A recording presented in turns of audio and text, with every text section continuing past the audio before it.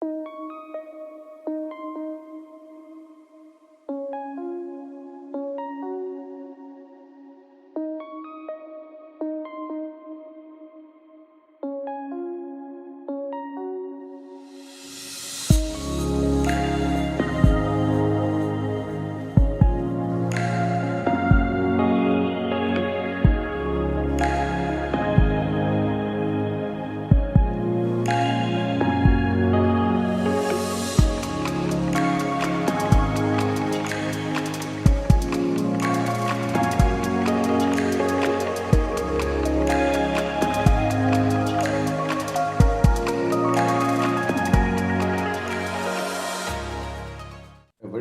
everyone. Today I'll be discussing about monitoring in pediatric anesthesia, and I'll be giving some tips based on my personal experience. So I work at Apollo Children's Hospital in Chennai. It's a tertiary referral center for pediatrics, and we have all specialties from cardiac surgery to plastic surgery.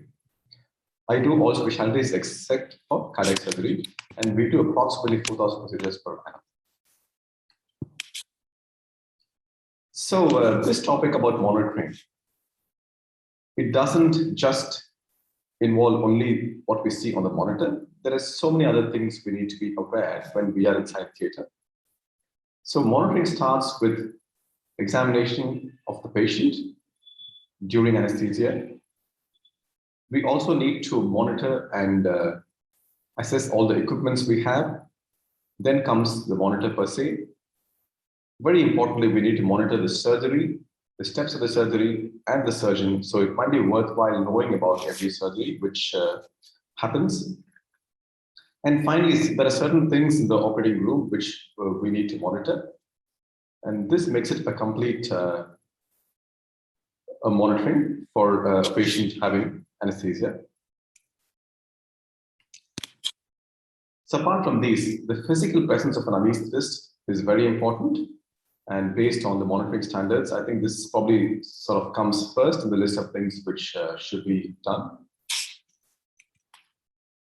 Now, coming to the monitor per se, there were a couple of studies from Australia which looked at critical incidents during anesthesia, 48% of which were detected by the presence of an anesthetist in theater. So this makes a big difference as to how quickly we can pick up the adverse events as they happen.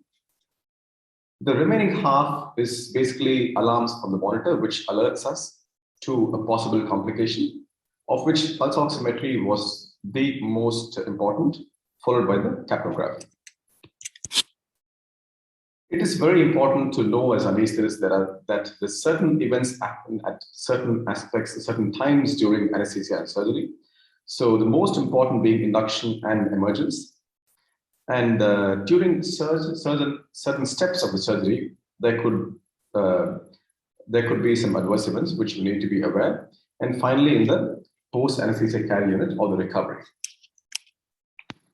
Whenever you do a pediatric case, particularly when you work in a hospital where you do both adults and pediatrics, it is important to change the monitor profile to pediatric or neonatal based on the patient's age. Now, what do I intend to discuss by showing this diagram? If you look at this, this is one of the ventilator monitors. And this particular parameter is something which is very important. How many of us really check this before we start the case or at the start of the day? So it's worthwhile checking that the oxygenalyzer is working well. Both, you can check it with air where it should show 21%, and with only oxygen it should show around 100% plus or minus 2. So we'll start off with oxygenation. So measures to indicate the oxygenation is good is obviously start off with oxygen analyzer, and then comes the pulse oximeter, which we are all aware. I don't need to go into the nitty-gritties of pulse oximeter, how it works, but a few points about pediatrics. We have different size probes for different age groups, so you need to pick the age-appropriate probe. Second point is pulse oximeter can be used or suggested as a tool for detection of cyanotic heart disease. So in neonates, when the saturation is less than 95, by day 2 of life, you should be looking at a possible congenital heart disease. Second is it's always worthwhile to set the beat tone from the pulse oximeter rather than ECG, because we can pick up desaturation much quicker by the sound of the pulse oximeter dropping, which I'm sure a lot of anesthetists are quite tuned to, including the pediatric surgeons. Now, when we use a probe which is slightly larger than the patient's finger, what happens is there's something called the penumbra effect. So some of the rays bypass the finger, the tissues, and so this can lead to a falsely low saturation of SpO2 of 80%. And remember, there is always a lag time with pulse oximetry. So sometimes you can be alerted by other things before the saturation starts dropping. Another point about pulse oximetry is what is called the preductal and the postductal saturation. Now, if you look at this diagram, we have the pulmonary trunk and the aortic arch, and we have the ductus between the main pulmonary trunk and the aortic arch at the level of the left subclavian artery. So any blood which goes to the limbs, particularly on this side, will be oxygenated, whereas here it could involve mixing of the blood between these two major vessels. So for preductal saturation, we monitor the pulse oximetry in the right arm, whereas the other limbs, the left upper limb and the lower limbs, we monitor the postductal saturation. And why is this important? So one is it can be used again for evaluation of congenital heart disease in neonates, where there is a significant difference between the preductal and the postductal. Normally the preductal is higher, but whenever there is a reversal of shunt for whatever reason, if there is an increase in pulmonary vascular resistance, what happens? The blood from the pulmonary artery goes into the aorta, diluting the blood or increasing the deoxygenated blood. So the saturation difference between the preductal and postductal can be more than 10%, and this can be significant. And when you have a neonate coming for surgery, you could detect reversal of shunt intraoperatively by looking at the two monitors here. During endoscopy, you can pick up desaturation quicker by looking at the color of the mucosa, which turns sort of bluish. Even before the pulse oximeter can show a drop in saturation. Let's assume you have a 4 kg baby having a pyeloplasty. The CO2 seems to be high in spite of increasing the minute ventilation. You're not able to get it down. So what is the likely cause, or what can you do about this? In small children, just be aware that the apparatus dead space can make a significant difference. Even if you want to increase the minute ventilation, it may not be able to control the CO2. So the apparatus dead space basically involves the angle connection and the HMA filter. Second is when you have a distended stomach because of mask ventilation causing stomach entry into the air, or any extraneous compressions in the form of rolls under the patient's loin and so on, it can also compromise the minute ventilation. So coming to end-tidal CO2, it is a monitor which again all of us are aware and we use routinely. Compared to saturation, it is quicker because any disconnection or bronchospasm can be immediately detected by the CO2 waveform. Second point is, apart from giving the end-tidal CO2 values, the CO2, the capnograph also gives us the respiratory rate based on non-impedance. This is in contrast to impedance-based monitoring, where the respiratory rate is picked up from the ECG leads. This is superior because it detects the airflow and then gives the respiratory rate.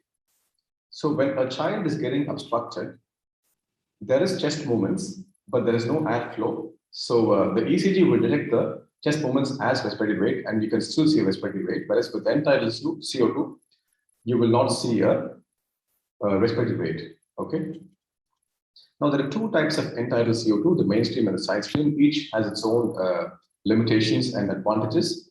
But I think we more commonly use side stream because it's light, and with the side stream, we have two flows, basically the high flow and low flow. This basically means the amount of gas which is sampled. So high flow is more than 150 mL per minute, whereas low flow is approximately 50 mL per minute. So in a child with small tidal volumes, particularly infants or neonates, when we use the high flow, this can lead to a false reading, or you can compromise the minute ventilation.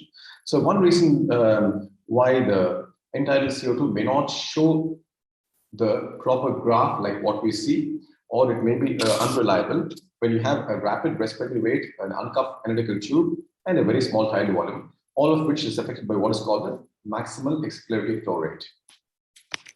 So we don't see a classical rounded waveform, and sometimes you have a higher arterial to end tidal CO2 gradient. So this is a graph showing the capnography being monitored. That's the sampling for the capnograph. And here is the fresh gas entry. So since there is dilution of the expired gas by the fresh gas entry, the waveform is not the classical waveform. It's sort of a peaked waveform. Whereas when the sampling line is away from the fresh gas inflow, you get a better waveform. So try and keep the sampling line closer to the patient, away from the fresh gas flow. Sometimes you see these kind of waveforms. So with a minimal leak, we can see the classical waveform, whereas with a large leak or a large leak with a peak, the waveform tends to change. You have a 2-year-old child who's intubated for lap goniotomy. The end-tidal CO2 shows a normal waveform. But what happens 2 minutes after intubation, the saturation starts dropping. The ET02 is still normal and the PP is normal. There are no adventitious sounds. So what is the most likely cause for a dropping saturation? Again, this happens quite often in children, but unless you're aware of this, you're going to take some time to detect this. So stethoscope. So always try and auscultate for bilateral air entry, because the risk of endobronchial intubation is higher in children given they have a low, a smaller trachea. The length of the trachea is quite small. So the margin of safety for endobronchial intubation is low. So that's number one. And second is, there are other kinds of telescopes which are used. One is called the precordial, another one is the esophageal telescopes. Both do have their own role, but though they're not commonly used nowadays. The reason they're still being advised is, one is they can be used for monitoring both the cardiac and the respiratory system. So by hearing the heart sounds, you can pick up a drop in myocardial contractility. The sounds become more muffled as the contraction goes down. And second is, it's quicker to pick up things like arrhythmias, bradyarrhythmias, or tachyarrhythmias. And we can pick up adventitious sounds from the respiratory system like bronchospasm or crackles. You've given a supraclavicular block for a 2-year-old child, and 1 minute later, the monitor shows ventricular tachycardia. So clearly there is something going wrong. So possibly a risk of intravascular injection of local anesthetic. So how can this be picked up earlier? So you monitor the ECG. So when you look at the ECG, the quickest indicator is a change in the T wave morphology, or there are some STT changes whenever there is intravascular injection of local anesthetic. So ECG monitoring, again, it's generally the lead 2 is what we recommend to pick up brady and tachyarrhythmias. The T waves is larger in small children, so this can lead to a double counting of the heart rate. So just be aware of it. And they do have a sinus arrhythmia. And the placement of leads in this baby may not be the optimal position, because what happens is, because of the increase in the chest movements, there could be some disturbance from the in the ECG. So it's better to place the ECG leads in the proximal aspect of the limbs. Worthwhile knowing this particular numbers for appropriate age. You don't have to memorize them, but just have it posted somewhere in the theaters where you commonly do pediatrics. Blood pressure, so between systolic and diastolic, we generally go with the systolic blood pressure because of an increase in systemic vascular resistance. The diastolic may not be a true reflection of the actual diastolic blood pressure. So a systolic blood pressure of a main age should be more than 60, infant should be more than 70. And for the up to 10 years, that's the formula which we use. So any hypertension is basically a systolic blood pressure less than 70 plus age into plus twice the age in years. Okay. Again, you need to pick the appropriate blood pressure cuff size. The bladder width should be 40%, and the length should be 80% of the arm circumference. One very important point about blood pressure monitoring in pediatrics is, if you look at this diagram on the left, once the blood volume decreases, what happens? The heart rate tends to go up at one particular point, Whereas the blood pressure tends to stay normal for quite a long time and suddenly they crash. So don't rely on blood pressure as a sign of hypovolemia. It can be quite late as opposed to adult patients. So heart rate is one indicator, but be aware of the other aspects of blood volume assessment, but don't rely just on the blood pressure. So hypertension is a late sign of hypovolemia. And that's the sudden drastic drop in blood pressure, which happens quite late. So blood volume assessment, there are a few things. You can look at the capillary refill time, which should be less than 2 seconds. Palpate the anterior fontanelle. If it is depressed below the skull table, then they're probably dehydrated. Mortal cold extremities, all these can indicate the child is suffering from a hypovolemia. So you connect an arterial line that is frequently dampened. So check the pressure bag to make sure the pressure is adequate. Very important temperature monitoring. One is to monitor the OR temperature because you might have to adjust the temperature according to the child's age. And second is the site of temperature monitor. Generally, we go for the esophageal or the esophageal monitor or temperature probes. Or you can go for the axillary probe.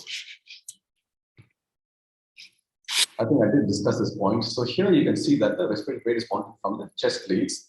In spite of an absence of EtCO2, the respiratory rate still is displayed here. This is based from the ECG. So the ECG leads tend to sense the chest movements in spite of an absence of airflow, and they could display a normal respiratory rate. Whenever you do a regional anesthesia, it is important to monitor two things. One is if you can try and keep the child breathing spontaneously, particularly when you do a chordal, you can pick up subarachnoid injection by looking at the respirations. They will stop if you're injecting the chordal into the subarachnoid space. And second is ECG to pick up the signs of last. Neuromonitoring, we are all aware that spontaneous signals is the EEG, whereas the stimulus-based signals are the evoked potentials monitoring. So this is normally done for spine surgeries, and you just need to be aware that the technician who comes would want you to avoid volatile anesthetics or keep them below a MAC of 0.5 and preferably use IV anesthesia. And among the three evoked potentials, I think the motor tends to be more significantly affected by the anesthetic agents. Bispectral index, it's reliable in older children, but less than 6 months of age, it can overestimate the bispectral index, and it can also be lower in some developmentally abnormal children like cerebral palsy.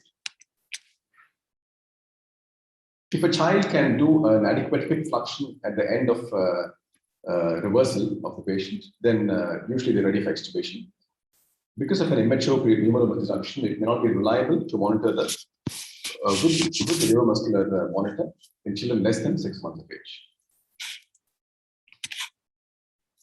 You have a 1-year-old child coming for a bilateral craniotomy with a slightly receding chin, so slightly difficult to mask ventilate.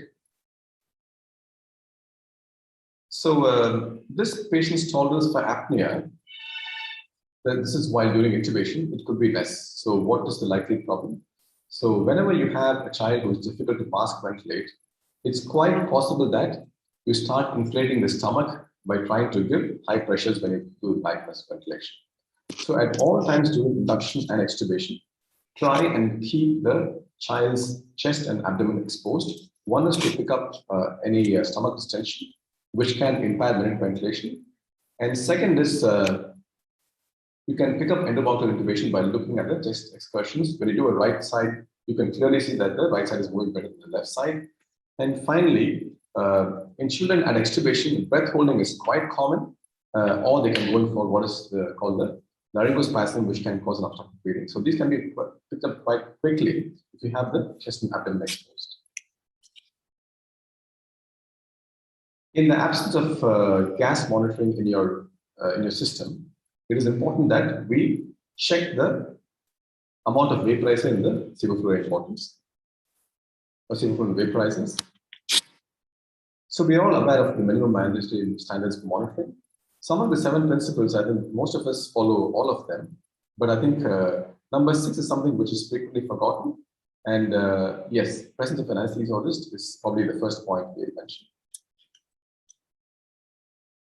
We need to monitor the IV pressures in certain situations. One is when you do a bag mask ventilation, avoids pressures more than 15, which can inflate the stomach.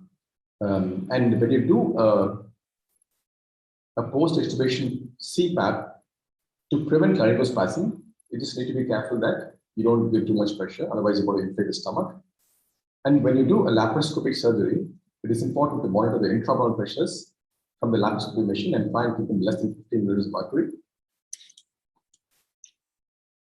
Now, so again, there's certain numbers displayed here. So the one which I want you to look at is what is called the perfusion index. So what is perfusion index? It is basically picked up by the pulse oximetry, and it gives us the ratio of the pulsatile to the non-pulsatile blood flow. So it is not an indication of oxidation, but it's an indication of the perfusion of the particular extremity. So this is useful in a couple of situations. One is if you want to check if your caudal is working adequately, you can check the baseline perfusion index and the perfusion index after the caudal block. You would see that the perfusion index tends to increase after successful caudal block. Likewise, it's been mentioned that in neonates, they can pick up low perfusion states by using the perfusion index. So obviously, this perfusion index tends to be tends to vary according to the individual. So a trend is more important than a single value. So obviously, we don't stop with monitoring, just the monitor, just the entire CO2, the pulse oximeter. There are other things you need to be looking at while in theater. So palpate the peripheral pulses, urine output, feel the skin for the warmth, and always have the IV line inside, and you have access to the IV line. Likewise to the NSA tube, because in the small children, the tube can kink quite easily. And whenever you do a major surgery with the potential for blood loss, keep looking at the suction bottles, looking at the flow, the swabs, and so on. During anesthesia for outside the OR, it's important to again have the same monitoring. And with MRI, in the absence of a compatible monitor, it is important that you monitor the chest movements, because that could be the only way you could monitor that the child is breathing. So to summarize, monitoring is an important aspect which can alert us to the events much quicker, but we need to be physically present there and attentive to all the things.